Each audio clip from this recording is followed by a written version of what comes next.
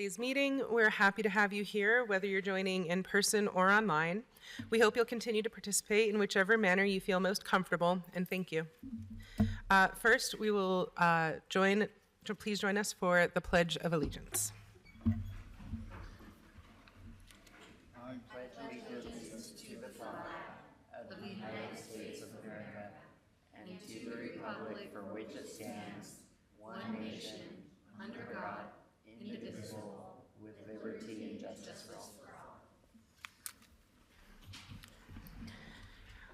Okay, again, thank you to everyone who's joining us tonight. Before we move through the agenda, I want to quickly go through registration information, share the reason about how and why we chair these meetings the way we do. We welcome everyone, regardless of your opinion or any side on an issue. Because we will have people with varying opinions on important issues, the Council's goal is to make the meetings a place where people feel safe and comfortable participating. This is the most local level of government, and it is a key value of ours to ensure that we've created a respectful and safe environment so that no one is intimidated out of their free participation. This also allows us to ensure that the meeting can continue and we can conduct the scheduled city business. We invite each of you to contribute to this space, to speak your mind, and to welcome others to do the same. In order to create this welcoming and safe space, we will pause the meeting at any action that causes a disruption to our ability to conduct the meeting or any safety concern involving threats or unprotected speech. If there are repeated actions or comments, it may result in removal from the meeting. We will not be giving multiple warnings about following the rules. To avoid intimidating others, please avoid the use of threatening and discriminatory language. Do not insult others based on religion, ethnicity, race, color, gender, sexual orientation, physical ability. And whether you agree or disagree with someone's comment, clapping, cheering, shouting, booing, snapping, gesturing, obstructing, or discouraging others from commenting is not allowed. As a reminder, as council members, we refrain from reacting or responding to allow everyone to share their opinions freely. This is to keep our reactions from affecting your ability to share your opinion freely. If you would like to follow up with any of us, please see council staff or the Zoom chat for contact info. When making your comments, please address the body, not any individual elected official. If you have a handout for the council, please raise your hand. Council staff will assist you. Council staff are available during or after the meeting to help with any questions or information sharing. The full meeting rules are listed at the door, and our staff will post the link in Zoom. As a reminder of our public comment registration process, individuals may register to comment on scheduled public hearing items up until the hearing is closed. For the general comment section, we will accept signups until 7:30 p.m. The general comment section is limited to a maximum of 1 hour and will only include commenters who registered before 7:30. So if you're here to give general comment, please sign up and remember that it might not be possible that everyone who signs up gets to speak. This brings us now to item A4, which is approving the work session meeting minutes of June 3rd, 2025, July 1st, 2025. I'll look for a motion. Madam Chair, I move that we approve the work session meetings, minute meetings for June 3rd, 2025 and July 1st, 2025. Second. I have a motion from Councilmember Puy, a second from Dugan. Any discussion? All those in favor? Aye. Any opposed? That passes unanimous. Our next item, A5, is to consider adopting a joint ceremonial resolution with Mayor Mendenhall recognizing February as Black History Month in Salt Lake City. I'll turn the time over to Councilmember Young, who will read the resolution. Thank you. I'm pleased to present the joint resolution recognizing February 2026 as Black History Month in Salt Lake City. Whereas Black History Month celebrates the far-reaching contributions made by Black Americans throughout the history of the United States, contributions that have shaped both our nation and our city for the better. And whereas in 1926, Dr. Carter G. Woodson and the Association for the Study of Negro Life and History, which he co-founded, established Negro History Week during the second week of February. And whereas, building upon his work, Black educators, students, and the Black United Student Group at Kent State University proposed Black History Month in 1969 and in 1970, organized the first celebration of Black History Month. And whereas, in 1976, President Gerald Ford officially recognized Black History Month and called upon Americans to honor the too often neglected accomplishments of Black Americans in every area of endeavor throughout our history. And whereas the contributions by Black Americans have profoundly influenced all aspects of society, including culture, religion, education, education, business, public service, and the arts, which continue to shape our nation. And whereas the recognition of Black History Month must not waver based on political or social trends. And whereas the heritage, perseverance, and achievements of Black Americans reflect an ongoing American struggle for equality and justice, and recognizing this history strengthens our collective understanding of who we are as a society. And whereas Salt Lake City and the state of Utah are home to many Black leaders, innovators, and community members whose past, present, and future contributions enrich our city and inspire continued progress. Now, therefore, be it resolved that the Salt Lake City Council and the Mayor of Salt Lake City hereby recognize the month of February as Black History Month and affirm its importance as an opportunity to reflect on the complex history of the United States while approaching the future with confidence and optimism. Be it further resolved that the Salt Lake City Council and the Mayor of Salt Lake City reaffirm their commitment to expand upon the progress achieved throughout Black history to ensure a positive and equitable future. History is still being written, and by working together to make today better than yesterday, we can create a brighter future, or a brighter tomorrow for all. Thank you. I'll look for a motion. Madam Chair, I move that the council adopt a joint ceremonial resolution with Mayor Mendenhall recognizing February's Black History Month in Salt Lake City. Second. I have a motion from Councilmember Dugan, a second from Wharton. Any discussion? All those in favor? Aye. Any opposed? That passes unanimously. I'd like to now welcome Ms. Janetta Williams, President of the NAACP, and Vice President James Yapias, both members of the NAACP Executive Committee, here to receive the resolution. Thank you for being here. Would you care to share a few words? Thank you so very much. And on behalf of the NAACP, our Salt Lake City branch, founded in 1918, we appreciate the recognition given to us by the City Council and the Mayor of Salt Lake City. This is very important to us, and we appreciate the recognition. Thank you so much. Would you care to come up and take a picture with us? I just want to, President Williams, we want to thank you for the work continues. As you know, civil rights and struggles that we face today, without you and the support, we wouldn't be able to do the work. So thank you again for recognizing, and we appreciate you. Thank you. Come up here.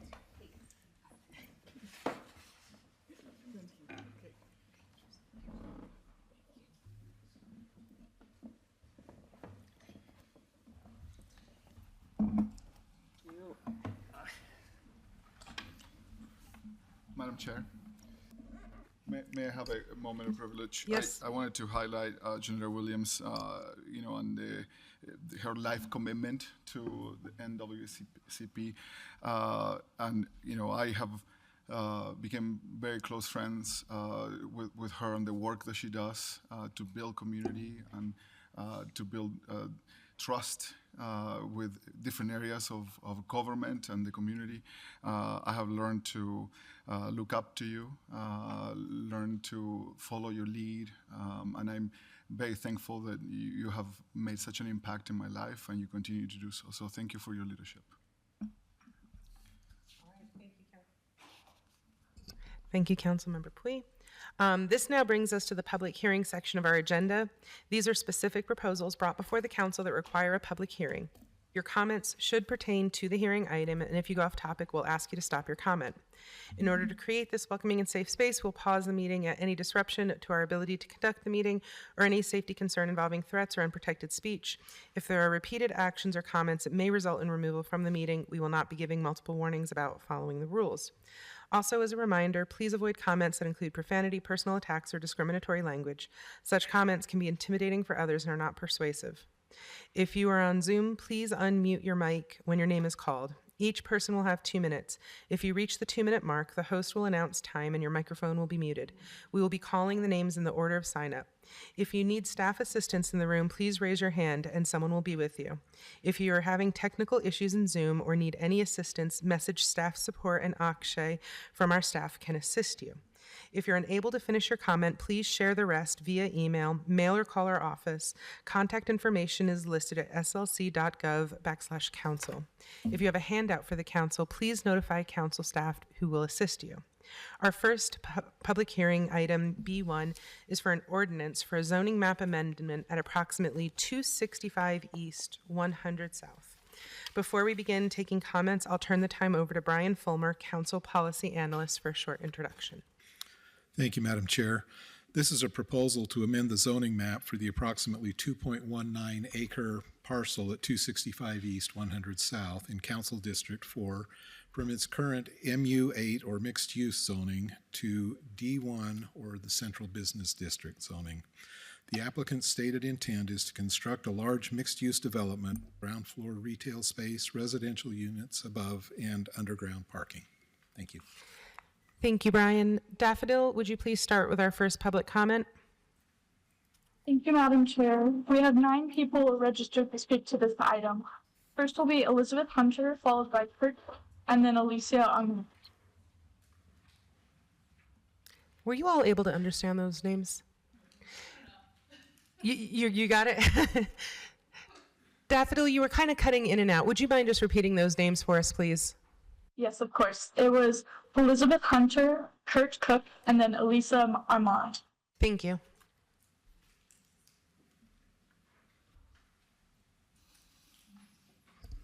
And Elisa is here in person. My name is Elizabeth Hunter. I'm a deacon at St. Mark's Cathedral. A cathedral is a very unique place and a unique place in our community. And you're going to be hearing about the building, you're going to be hearing about the windows and about the solar, but I want to talk a little bit about people.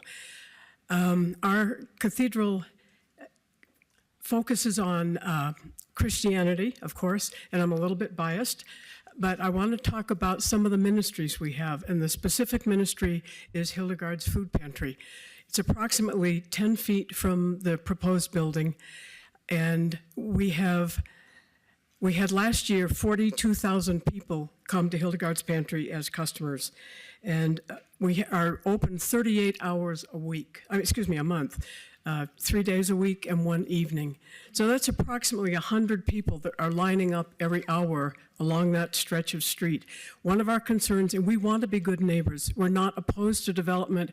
We understand the need for housing, affordable, safe housing.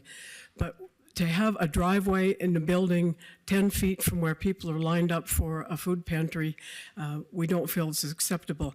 What we would like to see is the developer, when something is developed, is in communication with us so that the things that are built, the things that are developed, we have a comment and we have able to participate and comment about the things that are happening.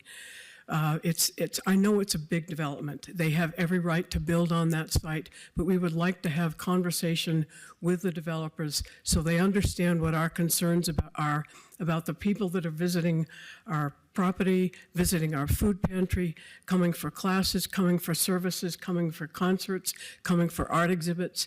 And we want to make sure that we're good neighbors, but we also want to make sure that they're good neighbors also. Thank you very much.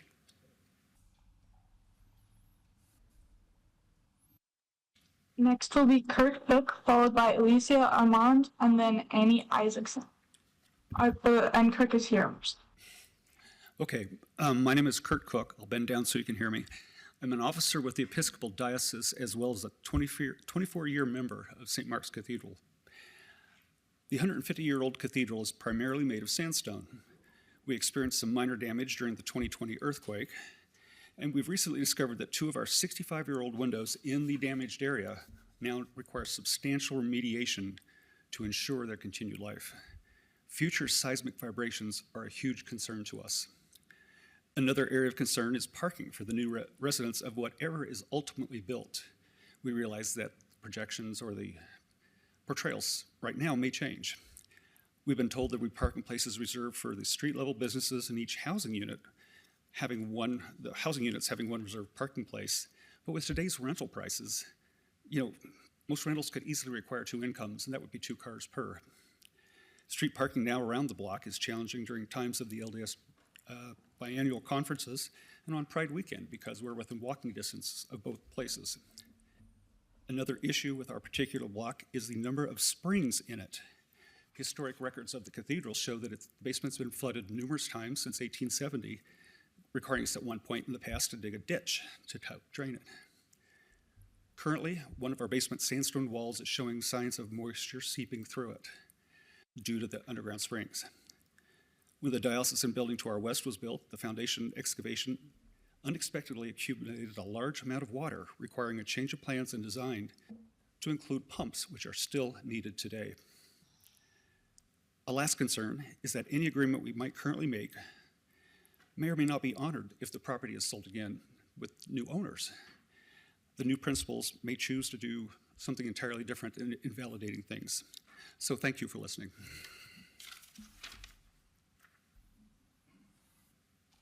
Next will be Elisa Armand, followed by Tony Isaacson, and then Travis Starr.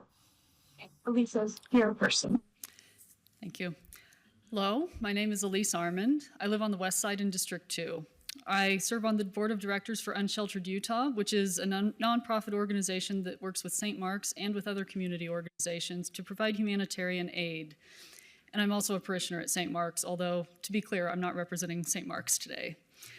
So for those who may not be aware, Unsheltered Utah and its partner organizations conduct a humanitarian operation from St. Mark's Parish Hall during the winter months, serving approximately 70 people each day that we open.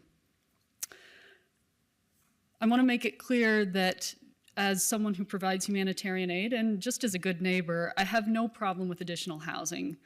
Additional housing lessens the strain on the charity system, including Unsheltered Utah, by making additional units available and driving prices down.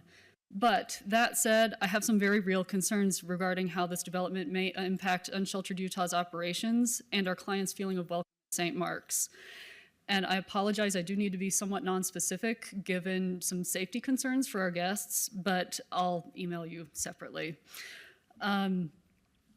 Given the public forum, that being said, we are concerned that with such a development, with luxury apartments and businesses accompanying them, some people may feel unwelcome accessing our services at St. Mark's in particular, and this could be catastrophic for us both as an organization and for the people who we serve as individuals. And that being said, that's my Unsheltered Utah portion. Just as a concerned citizen, personally, I'm concerned that the contrast of this site may be a lot in comparison to the surrounding neighborhood. While it is on the edge of downtown, the nearest skyscraper is about 2 blocks away. And again, I'm in favor of additional housing. Want to make that very clear. I'm personally concerned, though, that the development would look out of place in the proposed location.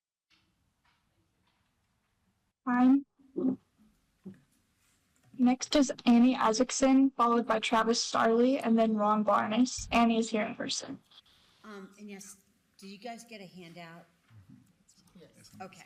So that handout represents this map on here. Sorry, you'll. Miss Annie, can you make sure that you're speaking into the microphone, please? Yeah. Thank you. Okay. So if you look here at the upper part of the model, come over here, Stephen.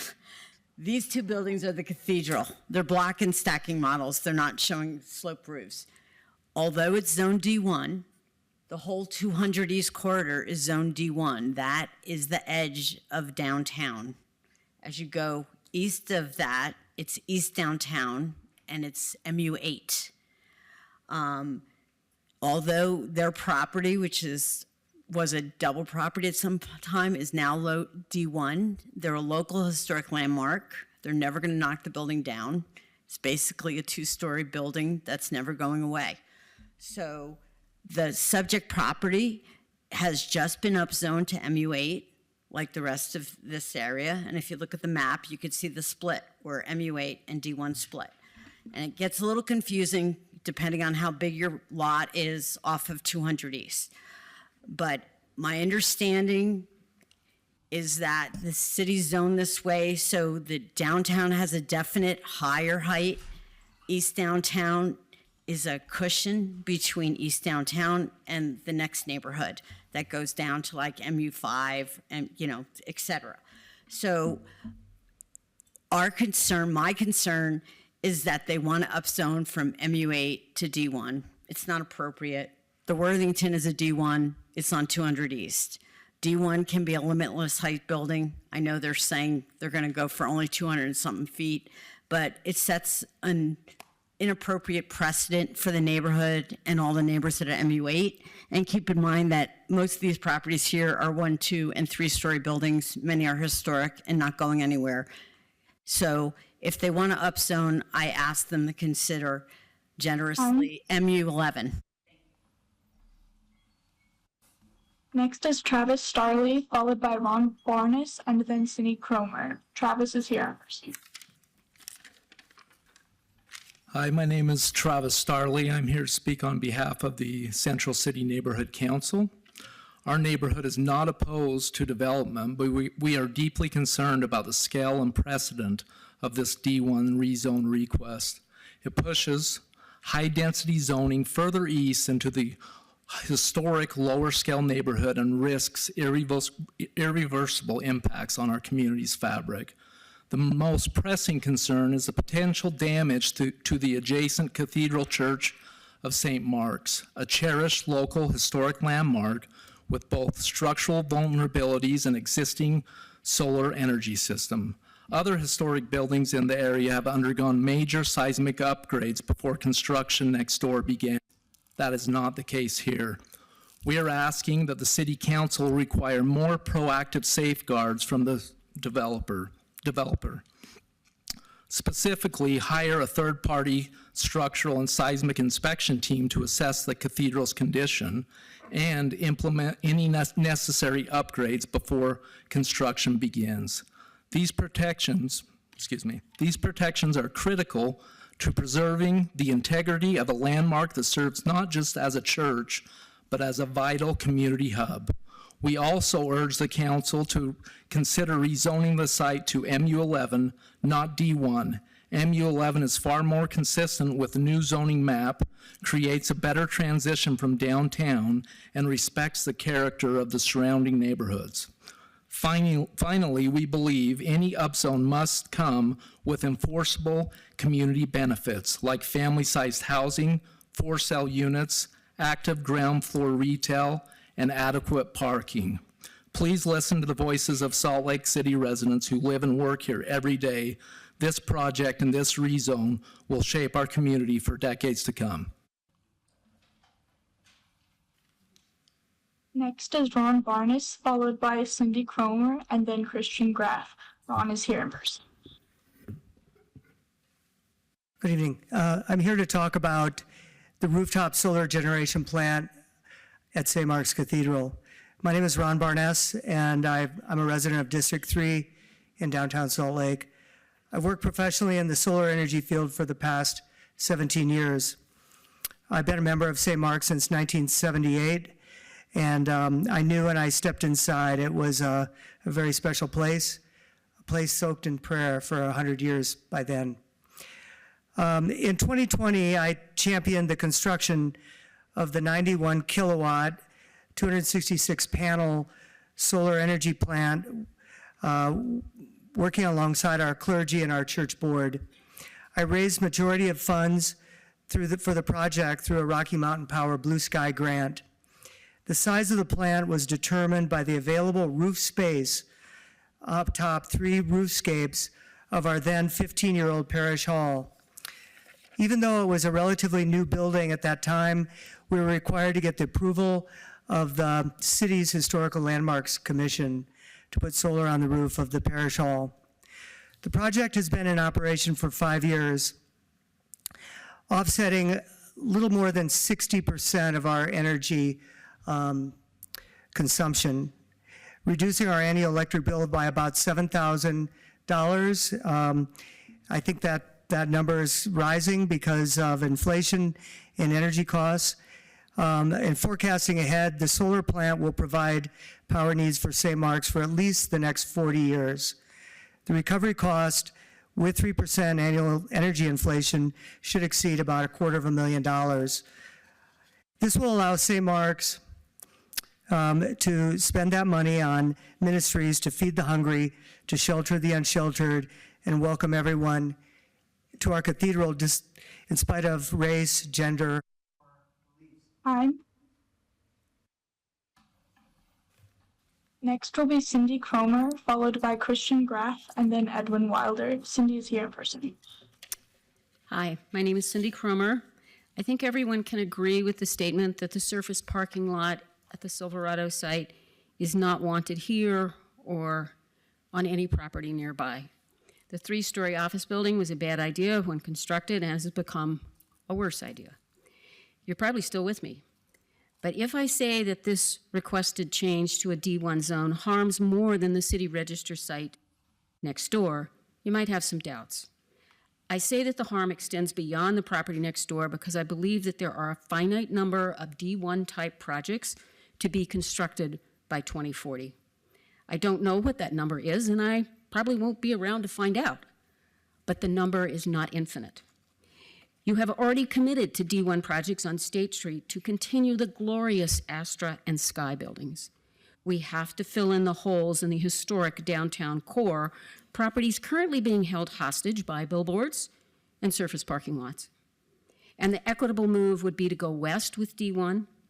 If you're going to move D1 eastward, then developers will be happy to help because the Tony addresses will reduce their risk.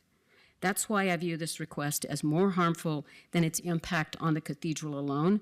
I do appreciate your recognition of that impact on the cathedral, but the precedent of this proposed zoning would continue to affect where projects are located, making it less likely that they will be where you have already indicated you want them to be.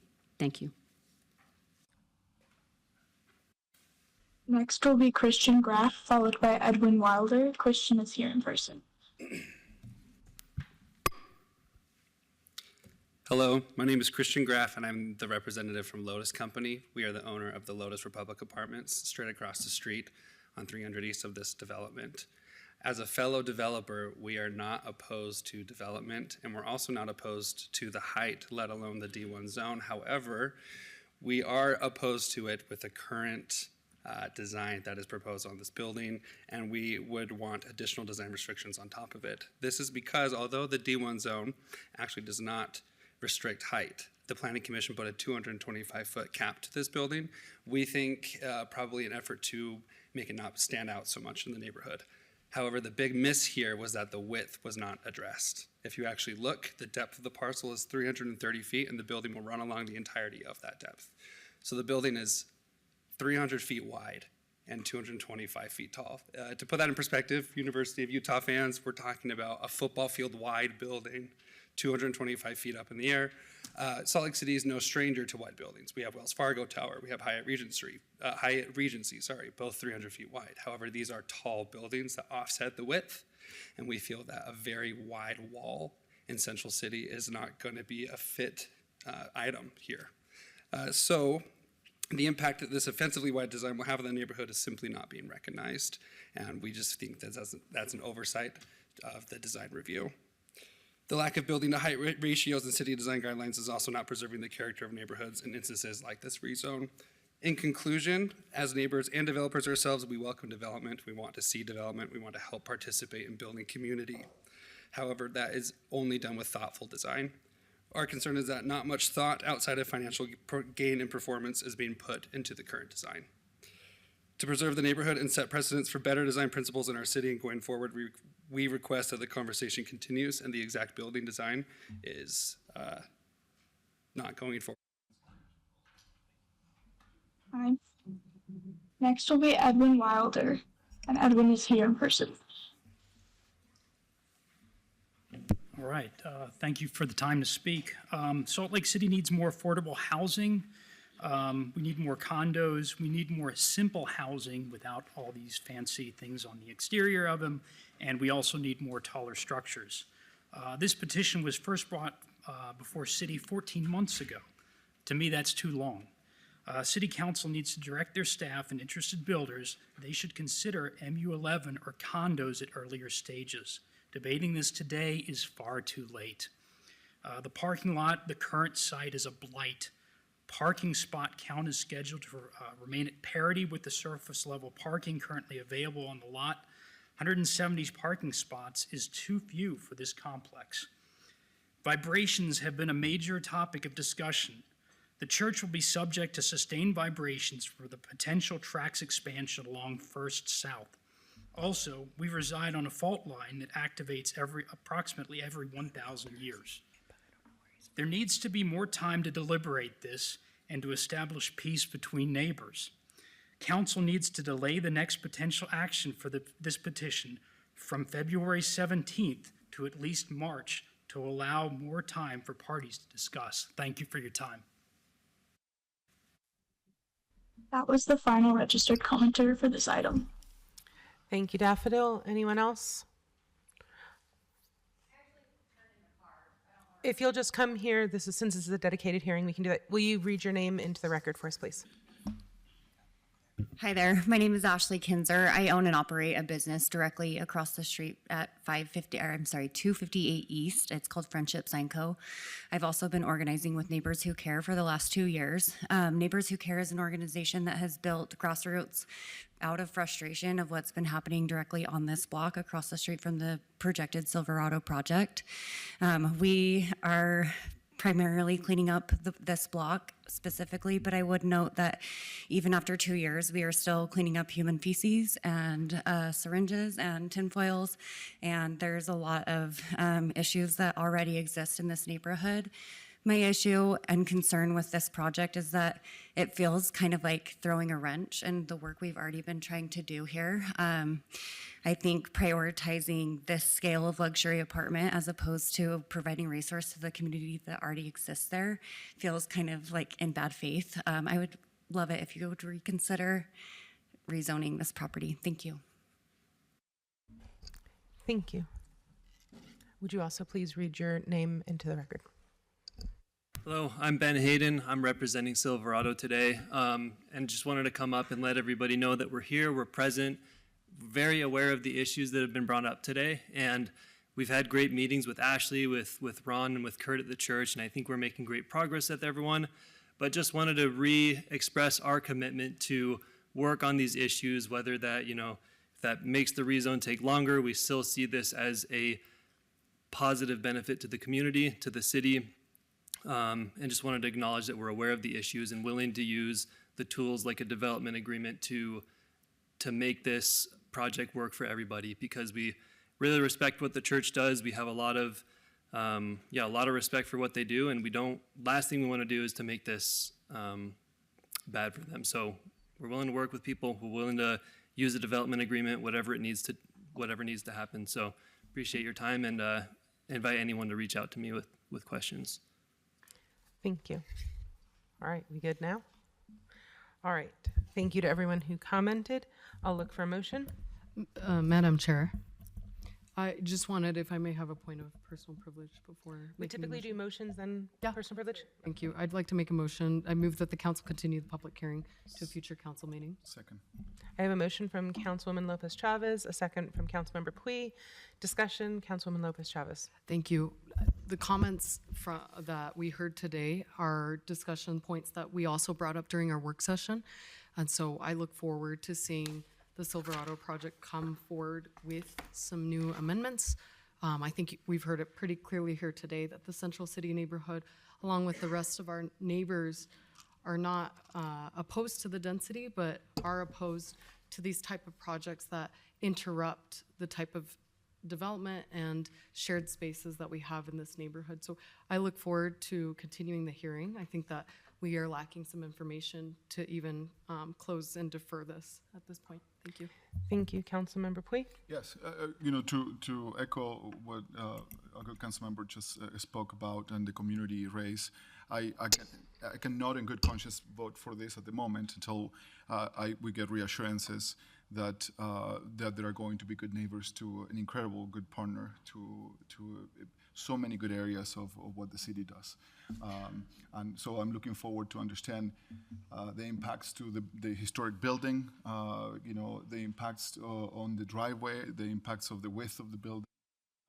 Certainly, and I always speak for myself that I've been incredibly supportive of height and density in my time on the council because I believe that we need more housing options and we need quantity to track some of the issues that we see with the unhoused population and the affordability of our city. But not every time we got to solve these issues with the good neighbors. So looking forward that this time will buy us to ensure that we can solve those problems. Thank you.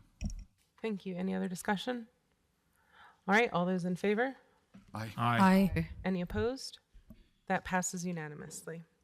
Our next item, B2, is for an ordinance for a zoning administration text amendment. Before we begin taking comments, I'll turn the time over to Brian Fulmer, Council Policy Analyst, to give a short introduction. This is a this is a proposal requested by the Planning Division to amend sections of the zoning code. Proposed changes reflect current review processes, cleans up the code, and brings the city code into compliance with state code. Thank you. Thank you, Brian. Daffodil, please start with our first public comment. Thank you, Madam Chair. We have no people registered to speak to this item. All right, I will look for a motion. Madam Chair, I move that the council close the public hearing and adopt the ordinance. Second. I have a motion from Councilmember Pui, a second from Dugan. Any discussion? All those in favor? Aye. Aye. Any opposed? That passes unanimously. Our last public hearing item, B3, is for an ordinance on budget amendment number 4 for fiscal year 25-26. Before we begin, I'll turn the time over to Kate Wirret, Council Policy Analyst, for a short introduction.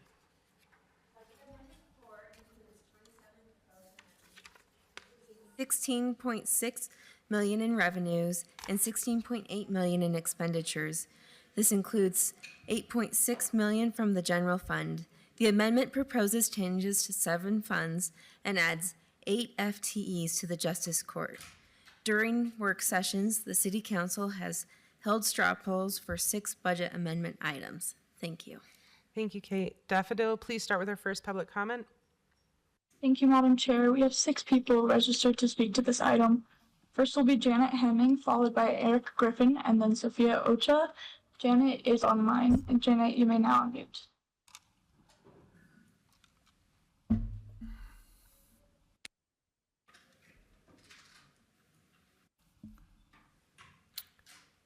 Was that name Janet Daffodil? Yes, that's correct. Can you hear me? Yes, we can hear you. Go ahead. Good evening. I would like to speak in support of the new Police Mobile Command Center in Budget Amendment number 4. I believe this will modernize Salt Lake City's crime-fighting capabilities and give our police force so many new tools to make our city and neighborhood safer. With state-of-the-art communications equipment, it will exponentially improve the police department's ability to apprehend criminals, especially in high-crime areas, assist with search and rescue operations and large events that may need security support. I also believe it will enhance the police department's drone efforts. I attended a meeting downtown recently where an individual who lives in the Avenue. Just a moment. We have staff in the hall willing to help you with that. Thank you. Janet, you may continue. I just wanted to share a situation that I came upon. I attended a meeting downtown recently where an individual who lives in the Avenue shared a story about multiple Salt Lake City police cars racing into his neighborhood. They were looking for an individual who had messaged that this was the last social media post they were going to make, sounding very ominous, suggesting a possible suicide situation. The police deployed drones and found the individual, rescuing them before any self-harm. This saved a life. This modern equipment can survey and detect potential trouble beyond human capabilities and go to places that are often difficult for officers to access. I hope you will approve this request. Thank you. Next will be Eric Griffins, followed by Sophia Ochoa, and then Dean Mellett. Eric is also online. Eric, you may now unmute. Okay, there we go. Hi, Council. Yes, I have so many thoughts continually about the marriage of technology and the police force. But today I'm kind of more curious and also just want to talk to these budget amendments. For the first point, I think for public transparency, there's like 17 amendments like tucked away in the transmittal, but the summary only says a couple. For example, it does highlight the $1 million mobile command center for police, but then does not mention the $4.8 million requested for both overtime and I believe retirement. Seems to me like, you know, doubling the overtime budget for the year shows that that was budgeted very incorrectly. Is there any kind of like data, like as a citizen, how do we understand like why that happened? Now, speaking to the command center itself, the transmittal gives like a pretty brief description of why this is necessary. This is supposed to be a mobile command center. For me, it kind of sounds like, reading between the lines here, that this is actually wanted to potentially combat anticipated protests if, you know, protests continue in our current political climate based on what's happening and what has not yet come fully to Salt Lake City, but we anticipate. But the reasoning there is pretty thin. It's pretty weak. Like, if I was going to ask mom and dad for $1 million, I would expect to have a pretty well thought out reason for the, you know, it states that previously a trailer was used. Are we buying $1 million trailer? Are we buying things from a specific vendor? I urge you to, you know, deny this proposal without a more definitive, you know, use of expenditures. $1 million is a lot. Like, I don't think giving police more toys at this time, like, helps public trust. Next will be Sophia Ochoa, followed by Dean Mellett, and then Margaret Holloway. Sophia is here in person.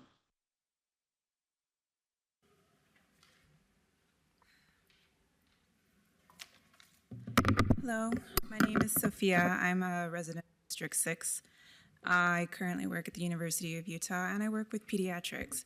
So my concern is that previously you guys have stated that the city of Salt Lake will not participate with ICE. And I want to believe that. And I believe that as a council, your responsibilities is an expectation and it is your duty. And I would like to see that reflected in actions, and that I think can be more clearly seen through your budget. Like the person before stated, it is not very clear to see how particularly safety in police drones is a hot topic that deserves its own little section in your FY 26 Salt Lake budget. I would like to see that and submit that request. I would like to also submit a request that there should be a link directly to those things. When I look through, I see that the parking meter has a full report. I feel that that can be applied to the safety and police topic especially, so that we can be well informed on what you are doing.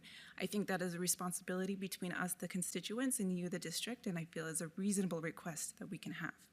On top of that topic, we would like to discuss the, sorry, I don't like cameras. So speaking of that, I don't like cameras on the flat camera. I would like to have more information on that. And just in general, I think we need more information on that. I see on CIP, I would like to see that utilized for sidewalks and perhaps why there are blackouts in Rose Park and Poplar Grove. I would also like to have more oversight and understanding of what data privacy is, and as someone who does do research, that is incredibly important to me and to the public in general. So that, I think, is a very bare minimum of what we can request. Additionally, as my last seconds, in the art project, there should be equality, and you shouldn't have a 2-year resume professional. If you would like to leave comments or concerns, our staff would be happy to take them and make sure we get them. Next will be Dean Mellett, followed by Margaret Holloway, and then Jeff Olson. Dean is here in person. Fellow citizens, my name is Dean Mellott. I reside in District 7. I am a Salt Lake City homeowner, and I am for the budget proposal, budget amendment number 4. I'm in agreement with that mobile command center for the police department to use for natural disasters. I'm also for the budget for the wildfire. It's a little dry outside, has been, skiing's okay, but you know, it could be better. And I'm also for the improvement of signs. The signs that are listed for the updated parking signs, ensuring clear instructions.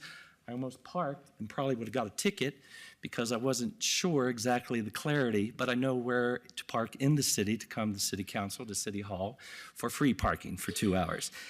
I'd also like to reference budget, recommend maybe a future budget for signs in Liberty Park. I believe those signs can be updated, the rusted ones, the ones with stickers, the ones with graffiti, maybe even some money to clean up the park of the trash, the disrespectful people that leave trash all around. That would include hiring more employees for the parks. The parks are very important. Liberty Park is for all of us. Liberty Park is a beautiful place, but it needs to be have some attention. The S line. I walk the S line. There again, the city does clean up with the weeds, but that S line has been cleaned up with people camping overnight and in the mornings, but there's signs with stickers, lots of graffiti, and the trash. So that would require more full-time employees with Salt Lake City. But back to the signs, there are other places in the city. Like I said, I reside in District 7, and thank you for your time. Appreciate it. Next will be Margaret Holloway, followed by Jeff Olson. Margaret is here in person. I had to meet the new council person. Everybody else knows me. I'm curious on why this wasn't thought up before the budget was presented, that it's an amendment.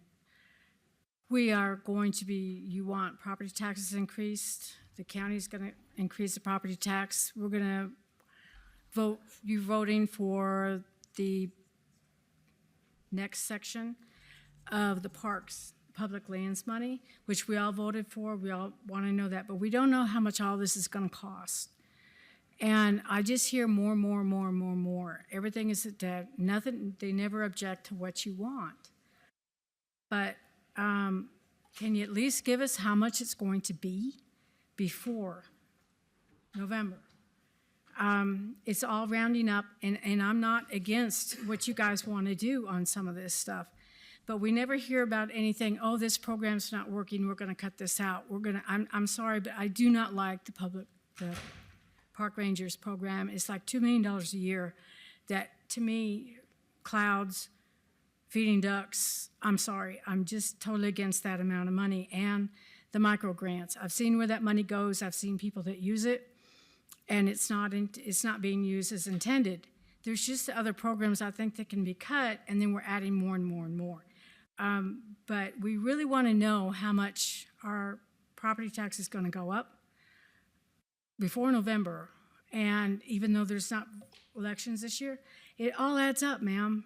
You guys control the budget. You can stop some of this stuff. And I was told you guys always approve whatever's said. And that's where the line should be drawn. It's okay, some of this stuff can go. Why are we still spending money on this? And say no. But I was told you guys always approve the mayor's budget and bring the questions for the next year. So I'm questioning.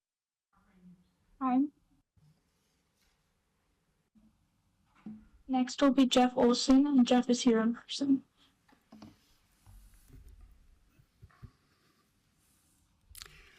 My name's Jeff Olson.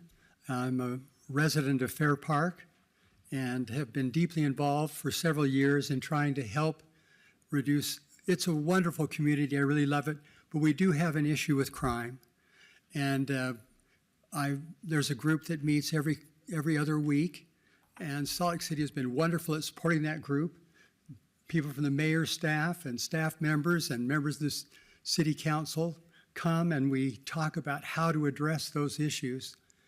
And as we've met, it's become apparent that if we had really strategic use of a mobile command center, it would really help us to protect the people of Fair Park.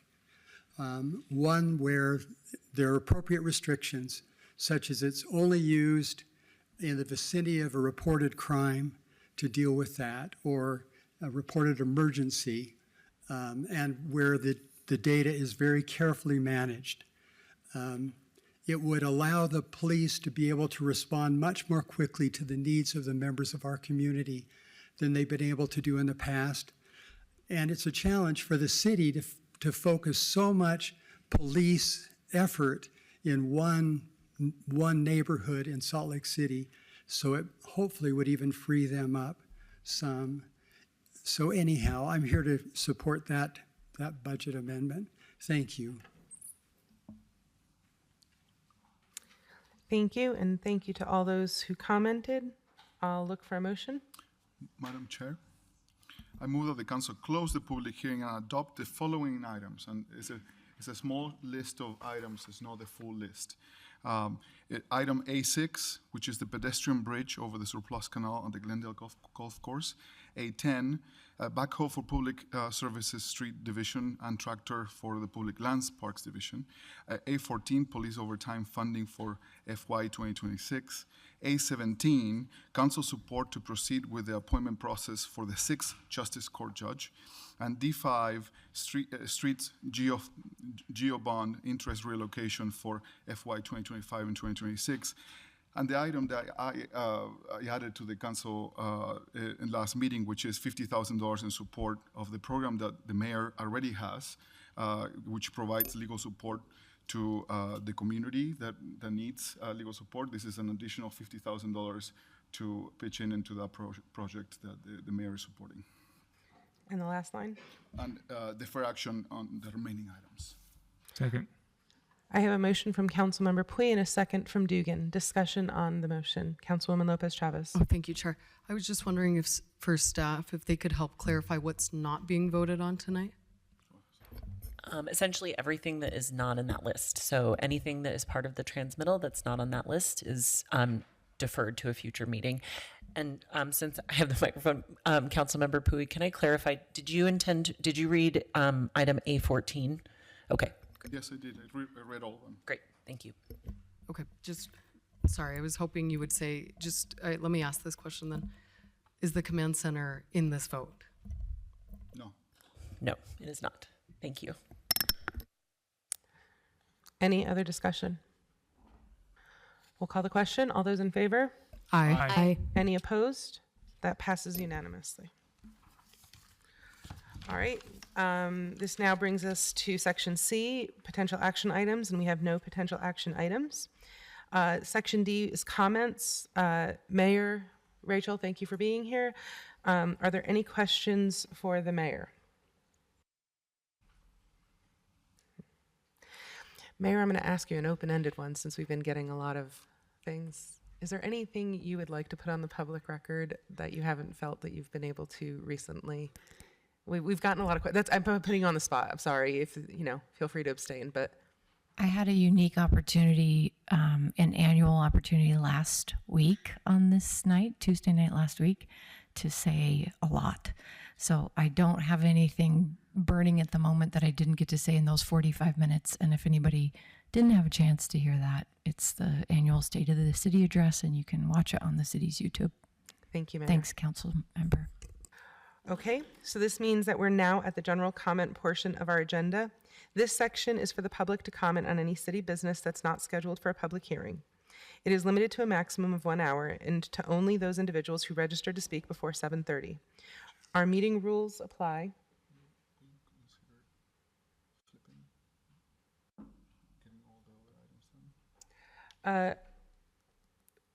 As a moment of personal privilege, I'm having a request to adjust the agenda. Sorry, I should have put it on the record. I was asking you if you would consider putting all the other items ahead of this item. They're very quick. They're not very long items, and see if. Would you all care to move to new business? Just getting them all done, and then we And can consent open up. agenda, and then ending with general comment? Does that work? Are we within our, okay. Then we will come back to that. All right. We will move to section E temporarily with a placeholder to new business. So that the next new business item, E1, is for the advice and consent for the new Salt Lake City Chief Information Officer, Zach Posner. I'll look for a motion. I move, Madam Chair, pardon. I move that the council approve the appointment of Zach Posner as the Salt Lake City Chief Information Officer. Second. I have a motion from Councilwoman Lopez Chavez and a second from Councilmember Wharton. Any discussion on the matter? All those in favor? Aye. Any opposed? All right, that brings us to our unfinished business, which item F1 is a resolution for the collective bargaining for the Salt Lake City Public Library Union. I will look for a motion.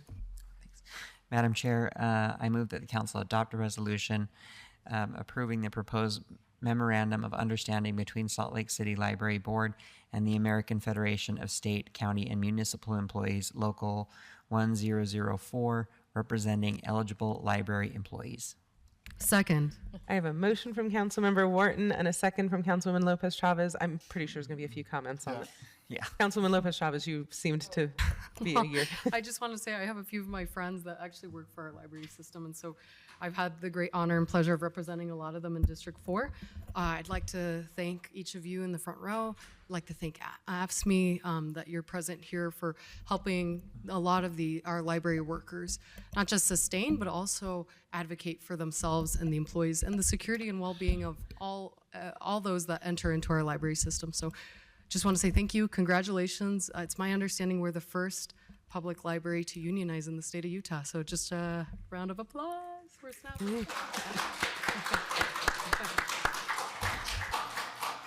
All right, well, sorry, that was technically a breach, but you know. Madam Chair, that was my fault. I'm the one in breach. She's a rabble-rouser. Okay, anyone else? Councilwoman Young and then Councilmember Pui. Yeah, I just also want to offer my congratulations and appreciation for AFSCME.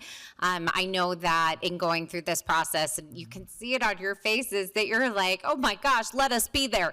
And you really, truly have put in a ton of work to be able to bring this across the finish line. That is work that is above and beyond your service to the city, but will benefit future generations to come. And so I hope that although they're not in this room today, that you know that this is taking a legacy of commitment to collective bargaining in Salt Lake City and bringing it to all of the future employees of the library and all of those individuals and myself as well. I just want to express our incredible gratitude for the fact that you're not only looking out for your fellow workers, but you're looking out for our future. So thank you.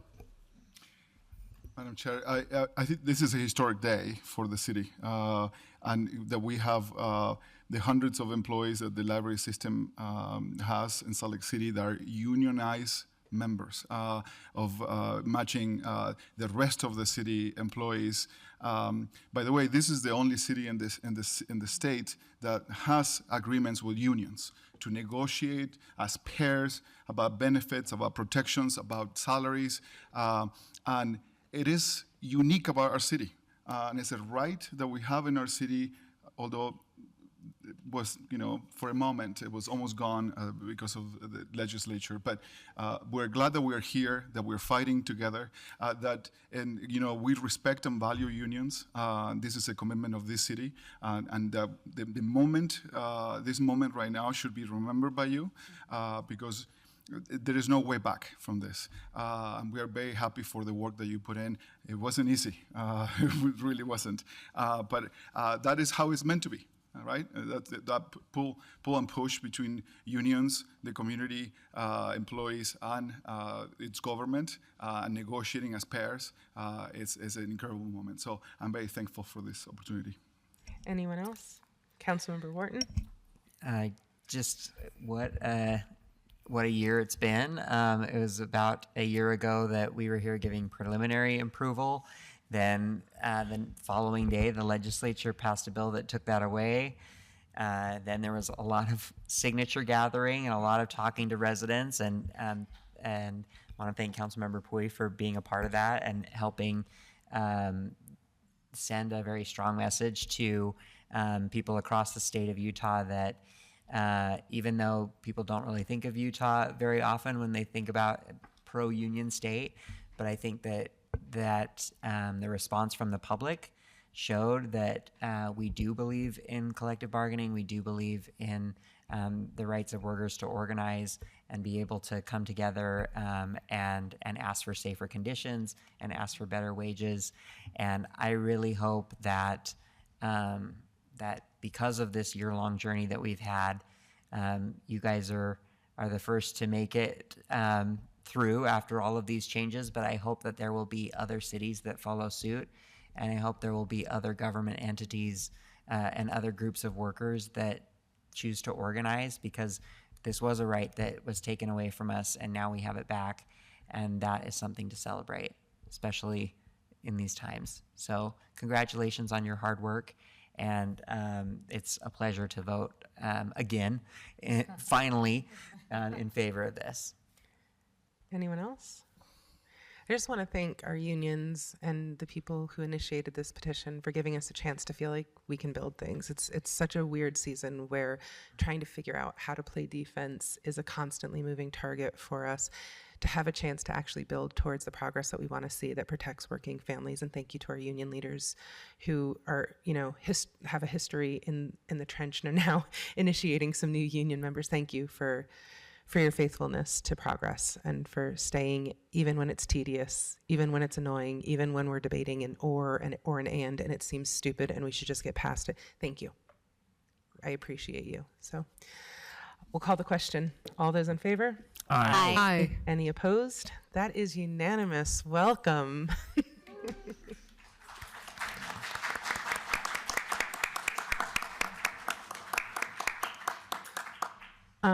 Let's do the motion for the consent agenda at this point. Move to approve the consent agenda. Second. I have a motion from Councilmember Pui and a second from Councilmember Dugan. Any conversation? All those in favor? Aye. Aye. Any opposed?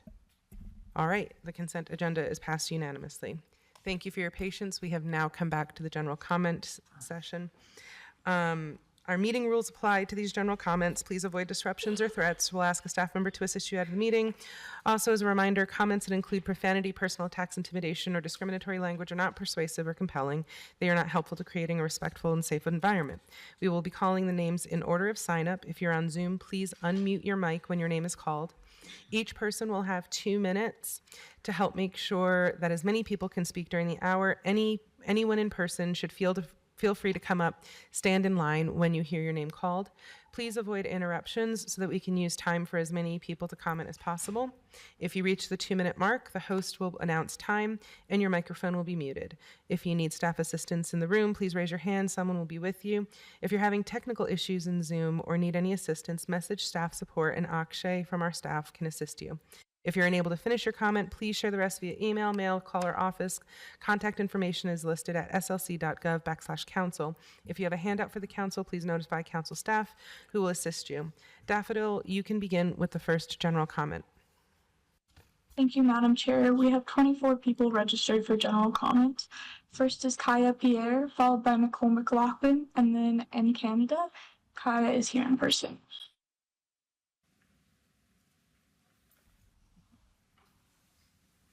Was that Kaya? Kai, are you here? Kaya Pierre. All right, it doesn't appear that anyone here is responding to that name. We'll come back at the end if Kai is here and missed it. Okay, next is Nicole McLaughlin, followed by N Canada, and then Kaylee Alcina, and Nicole is online. Nicole, you may now unmute. Good evening. My name is Nicole McLaughlin. I live at 2724 South Lake Street. My neighbor Josh Schurman spoke about the tow truck company operating out of address 2731 on our street in general comments back on October 21st, 2025, after many months of inability to address through Salt Lake City Code. In the first paperwork submitted that evening, we detailed a second operation from the same home for selling what looked to be an impounded vehicle. Since October 21st, the tow truck company issue has been addressed, and we would like to thank our city council members for assisting in this complaint. However, the second issue regarding impounded vehicles has worsened. Illegal registrations were forwarded with pictures on several of the cars. Aside from the 2 vehicles parked there today, there have been reported 6 other parked vehicles, unused, mechanically worked on, cleaned, and moved in and out of that address to date. Proof to all of this have been provided to our city code with the latest email thread forwarded to our District 7 Council rep yesterday. As we believe what is occurring is still tied to the tow truck company, we ask for further items of consideration. Immediate removal of any non-personal vehicles from that address to the Ruth E. Mano, Salt Lake City, and or Orem Yard locations, where all vehicles from their business should be stored. And for business licensing office to investigate if the evidence of ownership of the vehicles is sufficient, that illegal business activities are addressed by Salt Lake City Planning Division with the support of Salt Lake City Code Enforcement for continued education on how to maintain and ensure the zoning for this address is not for operation of any business activity not licensed to do so from a neighborhood. This will finish addressing the initial complaint, and as was stated in the email, I do believe if the tenants are properly educated, they will again take steps for their business operation to be run only out of their tow yards and will work to keep our neighborhood zoned appropriately. Thank you. Next is N Canada, followed by Kaylee Alcina, and then Kyoko Jones, and is here in person. N Canada, District 2. Well, this comes after too long. It is progress that the City Council is creating a working group on what they can do against ICE. I need you to remember that each day that passes, Trump and ICE are trying to build power to harm our community. Each day you wait to take bold action, you increase the danger within the city. We need to ensure ICE does not take any of our community members away from us. Local organizers, led by TJ, blocked the ICE detention center. I'm happy the mayor followed our lead and committed to many of our demands. Now you must do your part in doing everything you can do to support us and fight back against ICE. To make it very clear, a 56% majority of Americans, a 77% majority of Democrats, and a 47% majority of independents support abolishing ICE. This committee should reflect that larger population's desire and not overstate the opinions of lawyers, business owners, and nonprofits. People do not want reform. The country has its eye on abolition. This city council should too. We deserve details on this working group and demand transparency in the process. I reached out to every council member to discuss our demands and how the city could defend our community against ICE. Only Ava, Erica, and Chris met with me, and I want to credit them publicly. No other council member engaged with me, San Sarah, who I approached. My own representative, Chair Pui, has never met with me once, not once. That level of disregard for a constituent is not just disrespectful, it raises serious questions about accountability.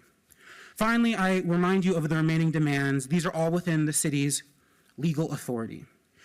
At a public hearing on restoration of unlimited public comment and on the city's interaction with ICE, passing a resolution calling for the abolition of ICE, I'm not going to get through them, mandating public reporting on interaction with federal agencies, and the rest are on my Instagram. Thank you. Next will be Kaylee Alcina, followed by Kyoko Jones, and then Marina Price. Kaylee is here in person. Okay, so my name gets worse and worse. Every week I come back, so I'm going to say it's racist until it's right. It's Kylie Aquina. Okay, so our demands are simple and achievable, yet consistently slowed by municipal lawmakers who don't consider themselves the frogs in boiling water. For those of you who believe you're untouchable and don't really care about everyone else at risk, ICE is costly.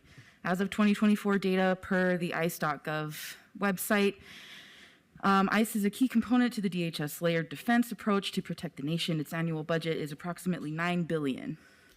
So it is quite costly on top of being quite terrible.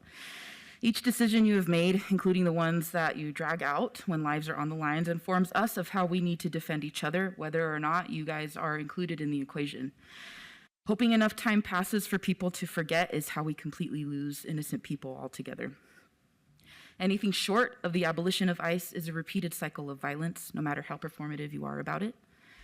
If reform were effective for anyone, it would have worked by now. What we know is that it doesn't, and what we know is that reform is very effective and very fast at keeping wealthy neighborhoods happy by expanding the legal definition of how poor, brown, and black people can be assumed criminals.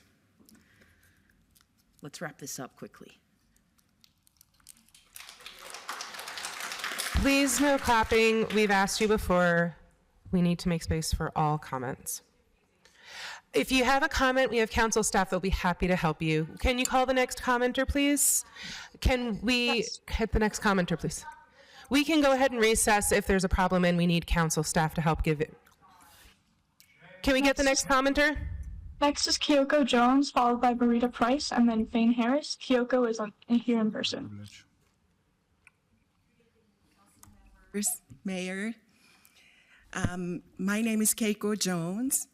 I live in a very friendly community on the west side. I love my community and my neighbors. Many of us are immigrants, and diversity makes the community strong and more accepting. I was here 2 weeks ago, and there were many people who were angry and frustrated. But you are not the enemy. We are on the same side. I know that. I know you will do everything you can to protect the residents. We should have all gone up to the Hill. I wish I could understand the legislature. Many people don't know what to do with legislature. I caught a little bit of Governor Cox's speech, and it sounded like he was speaking at a church. He was saying they need to have virtue. But virtue is not anything specific. So is it virtuous for him to want to build a detention center in Delta? Or like Trevor Lee's House Bill 287. Is it virtuous to want to take the basic privilege to drive from a certain group of people? I just wish I could understand legislature and speak up on the Hill. Anyway, I really appreciated your comments at the end of the previous meeting, and Mayor. Hi. Keiko, feel free to email us or we'll meet with you after if you care. Next is Marina Price, followed by Fane Harris, and then TJ Young. Marina is here in person. Hi, I'm Marina, and I'm from Glendale, and I wrote down my comments because I ramble, so forgive this. First off, I want to thank you all for your work. I know you had to face an angry and unruly mob of us, and I know that's not easy, and I'm sorry. But I'd like to explain that anger, at least as I know it. Right now, federal agents are committing illegal actions and atrocities, while top government officials excuse and condone these actions with lies, telling us not to believe our own eyes. ICE agents are being recruited from the very worst pockets of our society, so it's no wonder that they are committing these lawless and sadistic brutally actions. Sorry. But the recent offer to call off the dogs in exchange for private data from voter rolls in Minnesota shows that their agenda is not simply immigration enforcement. The lies are proof that they are not interested in the truth. The illegal acts are proof that this isn't about the law. It is with this in mind that I ask you to understand this anger for what it is, a fearful and desperate cry from everyone with a heart who love our neighbors and are not prepared to accept this Orwellian reality. Nightmare. I know many of you are doing what you can. Thank you. I'm here to ask you to create ordinances to preemptively combat the lawlessness we are seeing in other cities. Specifically, I'm asking you to create a separation ordinance for the police, ban the use of city resources, including funds, facilities, and data systems, and an accountability mechanism to hold ICE agents who break the law accountable. I know that in an effort to keep Salt Lake City safe, there's a hesitancy to take a stand, but I'd like to point out to Portland. Unlike Minnesota and Illinois, Oregon only weekly address. Time. We'd love the rest of your comments if you would care to send them to us. Next will be Fane Harris, followed by TJ Young, and then Calvin Forrest. Fane is here in person. My name is Fauna Harris. My name is Fauna Harris, and I might suggest maybe we can have a pronunciation thing on the sheet since so many of us get our names mispronounced. But I live in South Salt Lake and I work in District 4 at an LGBTQ+ resource center. Like I mentioned 2 weeks ago, I'm a proud daughter of immigrants, and my concerns are always about my loved ones, but also my comrades. We need to do all that we can to protect your constituents who consistently put their bodies on the line and make it last, and it starts in the small things. I want to recognize that the mayor and city council have taken meaningful steps towards not cooperating with ICE. However grateful I may be, it's important to acknowledge that there's still more to do to make sustainable and long-lasting change. And it goes by the following. By restoring unlimited public comment, you show that there's priority for voices of the people. By passing a resolution to abolish ICE, we take an official stand against federal tyranny. By mandating transparency about all interactions with federal agencies, ensuring no city staff are used for civil immigration enforcement services, it shows that there's no alignment with ICE and their tyranny. And lastly, by platforming and collaborating with mutual aid and human rights organizations and seeking training from them, you can make an informed decision that allows for sustainable and consistent stands against fascism in all its forms, including increased police budgets, criminalization of homelessness, lack of autonomy for trans people. The world is on fire because it's all connected. This work cannot just stop with ICE. That's only one weed, not the root, and it's important that as City Council, you make a commitment that reflects that. We want to make sure that whatever is created is long-lasting, and these actions will move us into that. Thank you for your time. Rest in peace, Jamie Garcia, Keith Porter, Renee Good, and Alex Preddy, and all those that have been murdered by ICE this year. Thank you. No clapping. Let's move on. Next will be TJ Young, followed by Calvin Forrest, and then Margaret Holloway. TJ is here in person. Hi, I'm TJ Young, a resident of Sugar House, and I run a daily ICE watch in the Salt Lake Valley. I want to thank you, Mayor and council members, for your statements and your efforts to oppose the proposed site for the mega ICE detention center in Salt Lake City. While the Ritchie Group said in their public statement that they and their investors have no plans to sell or lease the property in question to the federal government, I have a reason to be concerned that the proposed site or other warehouses nearby could still be at risk of being purchased by DHS. I ask that you continue to be vigilant and verify that no further developments happen at that site or others within the city, regardless of their press release. There are at least $80 million of reasons why DHS wants that site, as I'm sure you know. Separately, but not really that separate, I urge you to reconsider your investment in surveillance technologies for SLCPD right now. Given the current political climate and concerns over who will truly have access to technology and data. LPR's license plate readers, for example, track all of us, not just criminals. And the definition of criminals seems to be changing by internal federal memo these days, not by changing laws. By the department's own reporting, crime in Salt Lake City is at its lowest level in nearly a decade, so I ask that you please prioritize fiscal restraints, privacy, and constitutional values before approving that part of the budget request. Thank you for your time. Next will be Calvin Forrest, followed by Margaret Holloway, and then Rose. Calvin is here in person.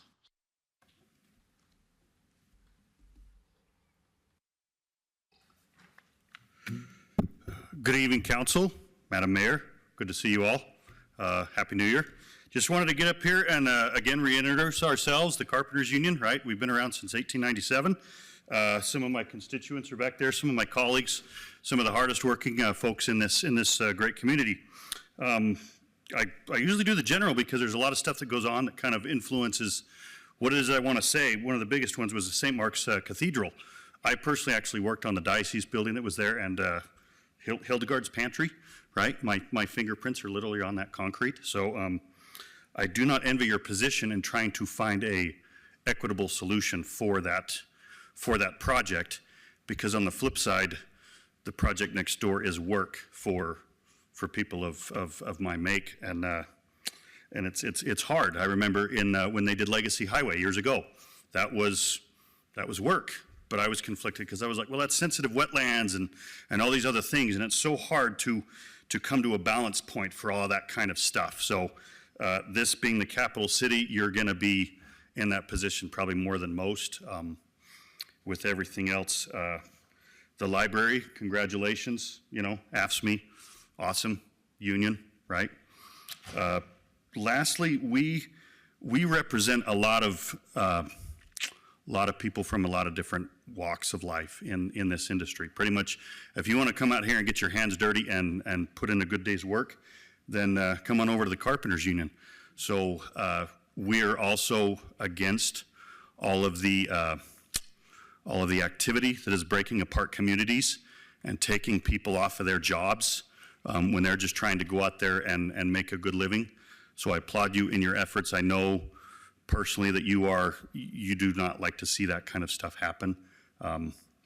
So again, anytime you want to reach out and get our opinion on stuff. Hi. Next will be Margaret Holloway, followed by Rose, and then Haley Monfretti. Margaret is here in person. I forgot I put in the other slip, but that's okay because I always have lots of things to say. This one is about the Dave Riverside, Anderson and Foothill, and the... Miss Margaret, can you pull the microphone down so we can hear you better? What, because I'm short? Okay. Okay, we were presented with a survey and a work session for the 3 libraries, Anderson, Foothill, Dave Riverside, and for the ballpark. And I don't understand why Dave Riverside on the west side is being put in with the other 2. Anderson, Foothill's already been redone twice since it was built. And the ballpark, now I understand they do need a nice library, but that whole area is being redeveloped. But the Dave Riverside needs upgraded. It needs a new room for the young people to be in so they're not right smack in the middle of the center of the library from 3 o'clock to 7 o'clock. They need their own section, and we have the land. And that is unusual to have the land already, but to put us at a 10-year loop, which is what they told us, in order to be done because they have the other 2 in that group is totally unfair. Dave Riverside needs to be upgraded. I think it was built in 91. But Anderson Foothill's already been redone. It's a big, and they said, well, that's because it's on the east side with the richer people. And okay, and I understand about ballpark, but why can't ballpark be done separately when they're redeveloping that whole area? I'm just fighting for the west side because Dave Riverside is a really good, and it needs expanded. It needs some help to help with the community, with all the apartments and all the extra people that are over there. We feel like we're left out of it because the kids come in there, which we'd rather have them in there than on the street, but they kind of need their own area, and we have the land to do it. So please, can you please think about that? Thank you. Next will be Rose, followed by Haley Monfretti, and then Cindy Cromer. Rose is here in person. The first thing I'd like to ask is whether anybody in here actually believes any of this shit. So let's do a little recap of everything that's happened so far tonight. The first thing that happened was we got an absolute circus of some of the most performative progressivism I've ever seen in my life. Then we got confirmation of the fact that the real estate industry owns this city. Then we get an expansion of the police and their surveillance state. And then Pui over here decides to move the only progressive thing on their agenda right up to the top, right before general comment, to soften the blow of all of that and make us look a little bit shittier for coming up and yelling at them afterwards. I think that's just incredible. That's like some of the greatest politicking I've ever seen. I just am surprised that anybody is falling for it. This is exactly how the Democratic Party operates, ladies and gentlemen. They give you scraps and they expect you to be grateful for it. We are not asking for reforms. We are demanding abolition for ICE. To call for us to write to our senators and our representatives is to imply that we are still living in a functioning democracy, and we are not. We haven't been for quite some time. And we all need to see that and accept it. I know it's hard to do that because it took me a long time too, but we have to. And we have to start building institutions parallel to the state. We have to understand that they are not going to save us. They're not. They're going to tweak with ICE, they're going to do little reforms, and they're going to expect us to be grateful for them. And they're going to treat abolition like a silly, childish fantasy, as if this agency isn't less than 25 years old. As if ICE is some immutable part of reality that cannot be bent or broken in any possible capacity. Don't buy it. These are not our friends, they are not Time. they're not going to save us. Thank you. Let's move on to the next commenter. Next will be Haley Monfretti, followed by Cindy Cromer, and then Matilda Webb. Haley is here in person. Hi, I live in Rose Park, and I'm from Glendale. I've seen you say that you're concerned and that you want to protect our city. I've seen some of you show up when there are cameras and crowds of people. We need you to show up where it matters, protecting the people in our city. There are so many organizations, mutual aids, and community members that have consistently shown up for the people in our community and across the world to Palestine. There are so many they've created safe places, taught us our rights, they've given us resources, and they've provided real aid to the people who need it. They're doing the work to solve the problems that you should be solving. My community and I are asking simple requests that will lead to the lasting changes to make life better for everybody. We are here because we need you to pass a resolution to abolish ICE. If you stop the problem completely, you won't have to put your body on the line. ICE is harassing members of our community every day. They are actively causing harm, fear, and trauma to our Black and brown communities. I'm sure all of you have chosen to do this job because you want to help people. It's time for you to listen to the people, what we actually need, and do something about it. Stop giving money to cops who are harming our poor Black and brown community members. Stop backing out of community-led actions, and do the right thing to protect our people, especially our Black and brown communities who make Salt Lake City the amazing city it is. Thank you. Next will be Cindy Cromer, followed by Matilda Webb, and then Brad Assay. Cindy is here in person. I think we actually saw Cindy leave. We can move on to the next one. Okay, next is Matilda Webb, then Brad Assay, and then Jake. Matilda is here in person. Hi, thank you for the opportunity to speak. I was here a couple weeks ago, and after all the comments that were really heated and very well given, there was a comment that was made that has not left my mind. And that was, we are in a good spot where there's no finger on us pointing at us. Like, the feeling was, let's not push it because we have a good thing right now. And it really bothered me, and I've been thinking on that nonstop. One, because I'm not the type of person that looks at others' misfortunes as a blessing on myself, because that's not the kind of person that I want to be in the world.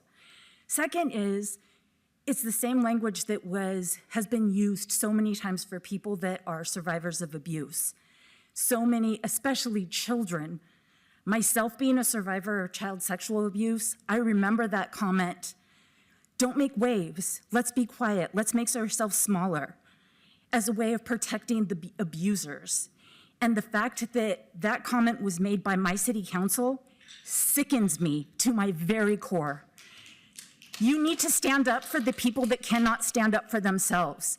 You are the protectors because you have been voted to be the protectors, and you need to do that. That is your job, despite what we were told last meeting. That is your job. You were elected for that. You need to stand up to the abusers.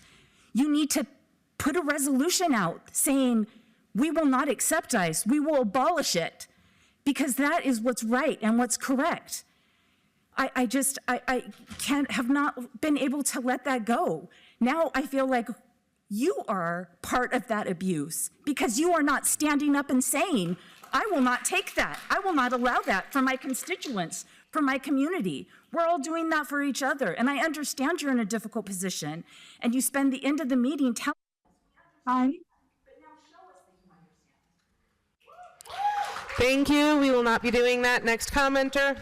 Next will be Brad Assay, followed by Jake, and then Tim Funk. Brad is here in person. Thank you. Brad Acey, the Executive Director for ASME Local 1004 and the Vice President of Utah AFL-CIO.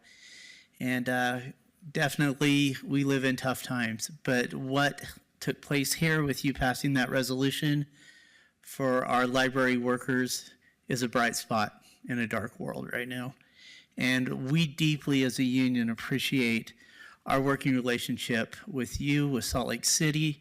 It was a wonderful experience working with the library to get this done. And when you said that it was historic, it truly is. There are many across the country right now that were waiting for this resolution tonight. This will ripple across the nation, and this will give hope to many other workers that they can do it, especially if we can do it in Utah, we can do it anywhere. But we stand proudly with Salt Lake City, with you, to stand for working families, to have the only collective bargaining in the state for public workers, and how we stand together against those that would tear down workers, tear down unions, and democracy, which unions stand for. So again, our heartfelt thanks to you. Look forward to continuing our work with you and moving our great city forward. Thank you so much. Next will be Jake, followed by Tim Funk, then Michael Hong. Jake is here in person.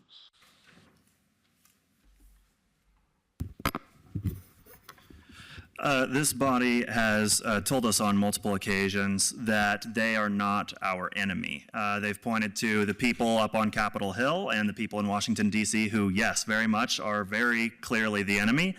But enemies and allies it's not a binary. And they would very much like for you to think that that's a binary. They're leaving out an important category, cowards and enablers.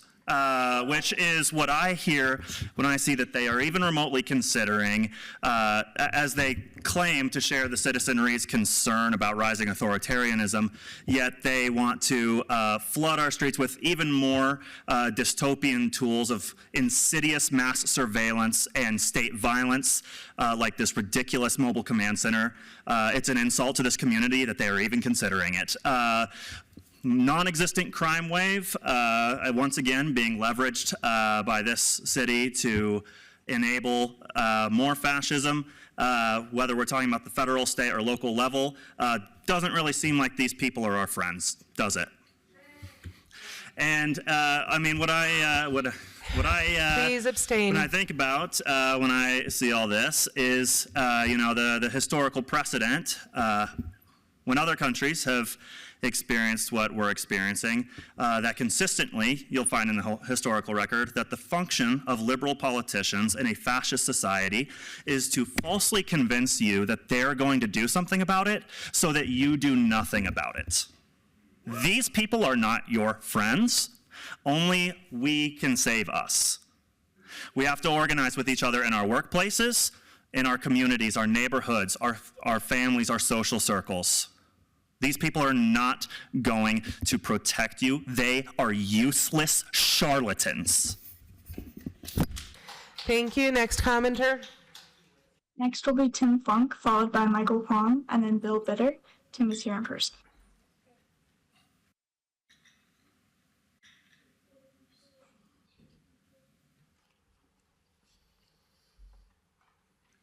Hi, I will try to be brief and to the point.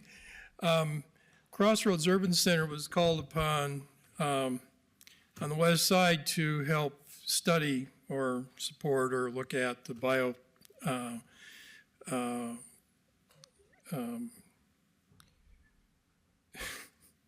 I'm really tired and have lost track. We give you this this short memo. Attached, please find the two documents. The first is an email sent to me, Tim Funk, at Crossroads Urban Center on last Wednesday, January 28th, listing 4 major concerns about the biotower projected being proposed at approximately Pierpont Avenue in 10th West in the Poplar Grove neighborhood. The Poplar Grove Neighborhood Council was holding its regular January meeting that night. The email was sent by 2 persons directly concerned from the neighborhood. I was asked to present at least support those proposed concerns at the Wednesday meeting, although I could not be there because I got confused and went to another meeting instead. I thought the information in the email should be presented for further discussion, so here it is. The second document, which is entitled, What's That? What's That Smell? Odor and Corrosion Mitigation in Salt Lake City, was produced in 2020 about the same concern. How best to mitigate the odor and corrosion at the Pierpont site in the Poplar Grove neighborhood. As the email states, the project currently is being proposed by city staff might not be the best one. It is stated that the original biotower proposal presented by the city may indeed be the best. Time. Tim, we're sadly at time, but we would love to talk to you more about this. And we have the things, so thank you for bringing this. And we have the documents, so thank you. We would love to talk to you more about this. Thank you, sir. Next will be Michael Huang, followed by Bill Bitter, and then Olive Peterson Jacoby. Michael is here in person. Hello, I am not a politician, and I am not as well spoken as many of my community members here today. And today I am not brave enough to speak many of my own words, but I am brave enough to echo many of our beliefs that have already been said. Rest in peace, Jamie Garcia, Keith Porter, Renee Good, Alex Preddy, and the other people murdered by ICE this past year. The mayor and city council have taken meaningful steps toward not cooperating with ICE. However, these commitments will still fall short of protecting our community. The council and the mayor have the power and the duty to enact the following: add a public hearing on restoration of unlimited public comment and on the city's interactions with ICE, passing a resolution calling for the abolition of ICE, mandating public reporting on interactions with federal agencies and ensuring Salt Lakers can verify city statements, free or contingency legal services for Salt Lakers whose constitutional rights have been violated, funding community advisory bodies that monitor human rights, ensuring no city staff are used for civil immigration enforcement beyond what federal law strictly requires, and details on how Salt Lake City will block any new ICE facilities. Enacting 37.5% of our demands is a great start, but we need 100% of your power utilized to protect us from federal tyranny. Stand up to fascism and do all you can within your legal power to fight back. Thank you. Next will be Bill Bitter, followed by Olive Peterson Jacoby, and then Alec Conkle. Bill is here in person.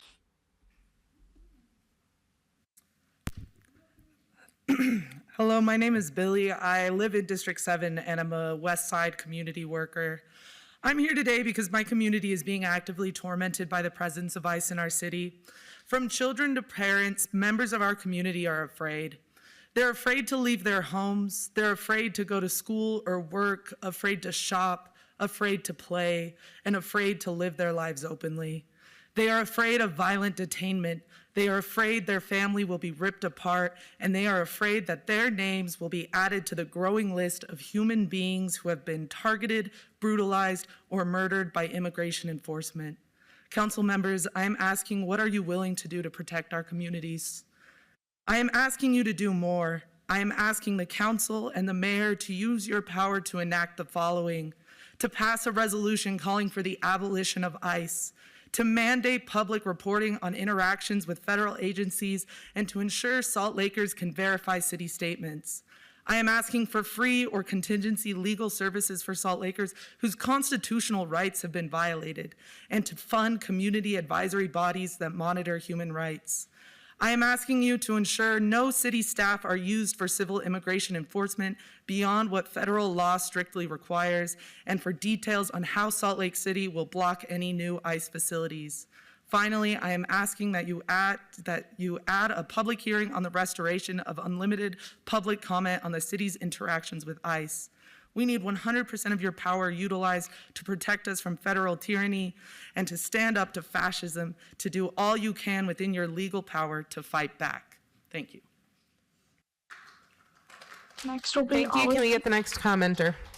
Next will be Olive Peterson Jacoby, followed by Alec Conkle, then Ashley Kinsner. Olive is here in person. Hello, my name is Olive Peterson Jacoby, and I live in the Maven District. In the past, you've said that you will collaborate with ICE operations involving violent criminals. But when government officials can label anyone they don't like a terrorist or a violent criminal, how can you risk voluntary cooperation? These terms have become a button the system can press to vanish anyone it doesn't like.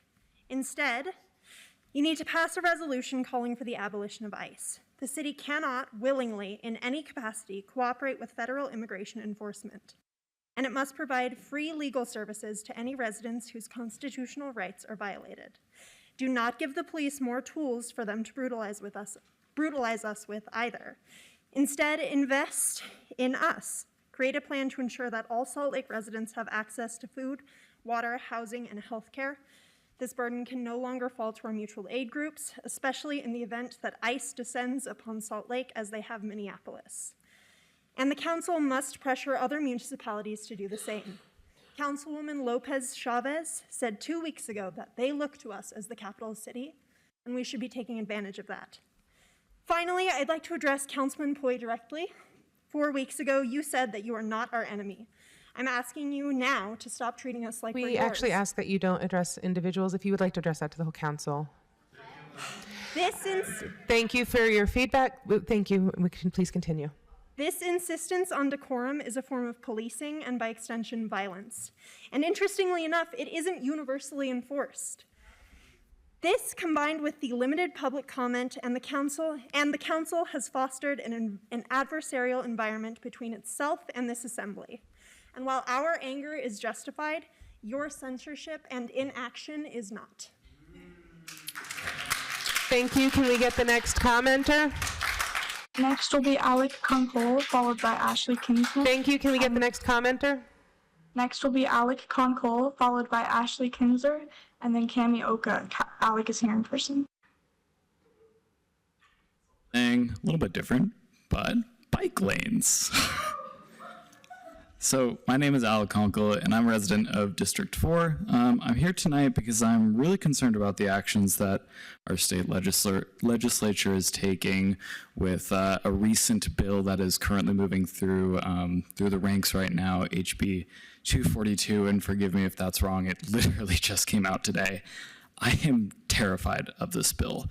This bill is stripping our rights away as cyclists, pedestrians, people that just get around the town. The state legislature seems to think that they have this authoritarian rule over our city, and they don't. We get to make our own choices about how we get around town, whether that's driving, whether that's walking, whether that's biking.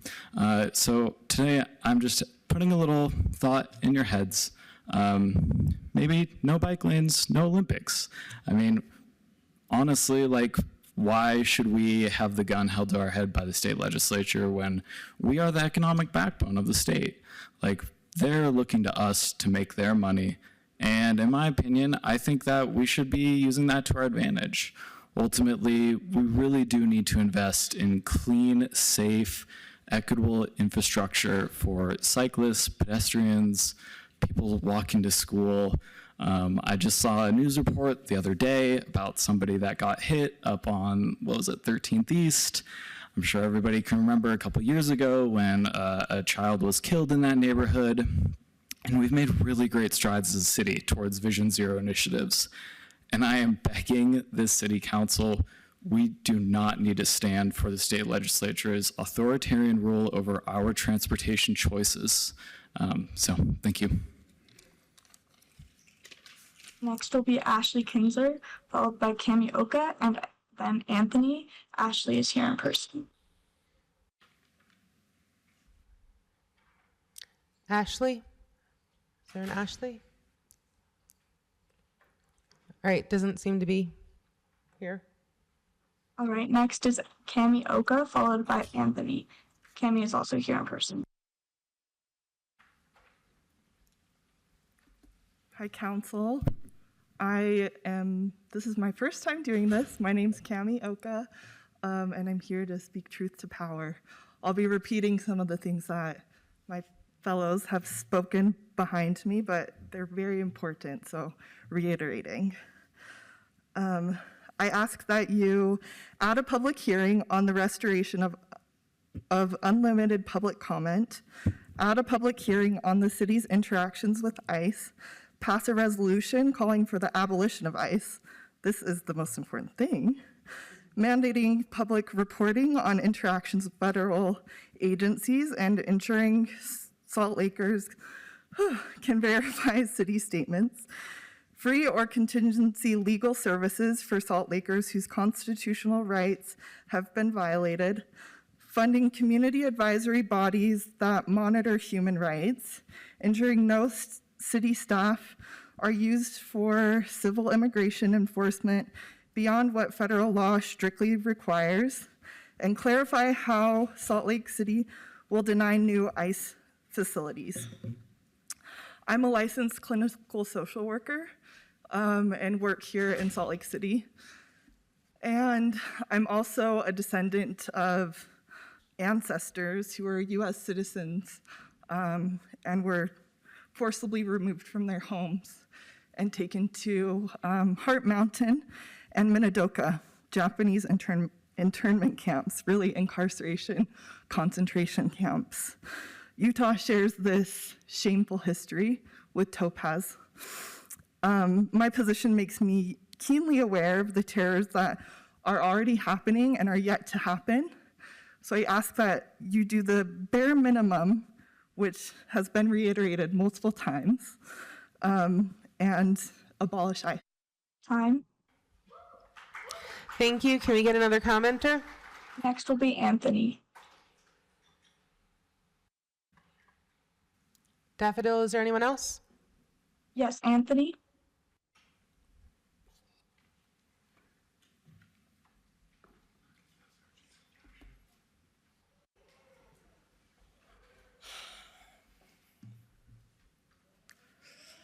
First and foremost, I am a student on behalf of my fellow student leaders and representatives who couldn't make it, and thousands of other students from high schools ranging from Cypress and Magna to Corner Canyon and Draper to American Preparatory Academy, Alta, Cottonwood East, Granger, Highland, Hillcrest High and Junior High, Murray, Olympus, Skyline, Taylorsville, and last but not least, Murray High, and it is still growing. We are all set on a mission to protect our students, our families, and our neighbors from the inaction on fascism and ICE's encroachment. We will collectively walk out this Friday from 11:20 to 1:20 p.m., and we will plan to do so much more. And we come with a list of demands. We demand our schools pledge to protect students from any attempt at ICE intervention at our schools. We demand our districts to pledge to protect our schools in this right and to protect their students when it comes to public transport. Furthermore, we demand that teachers will be allowed to voice their concerns and support students in matters of safety without fear of retaliation from our districts and schools. We demand that our state government pledge to keep ICE away from our great state and for our representatives to not support this fascist agenda of fear dictated by a wannabe king. Finally, we demand that our federal government, Congress, and the House of Representatives, and anyone with real tangible power to make change, to exercise their duty to fight this dictator, to abolish ICE, and to fight the real issue. We don't need a poorly trained military force here to sniff out our undocumented friends, seeking out families and hardworking people. See, this walkout is so much more than just a time for students to get mad and loud. We come with a real list of demands that will be heard and met. We will strive from the depths of hell and beyond to reach it, so long that we make our nation better and that we have our voices heard. We, the students of America, will not be ignored as we see our nation kill people in cold blood, capture our fellow Americans, kill the soul of American, nor will we be taken lightly. We are a student organization dedicated to the fight to abolish this evil institution of ICE, and we will demand real change from our representatives. We need all the support we can get. For the sake of our cause, our state, our families, and friends, we implore you to spread the news, and we expect to be heard. Thank you. That was our final registered commenter. Is that it, Daffodil? Yes, that is our final registered commenter. Daffodil, was that the final commenter? Yes. All right, thank you. With that, we stand adjourned.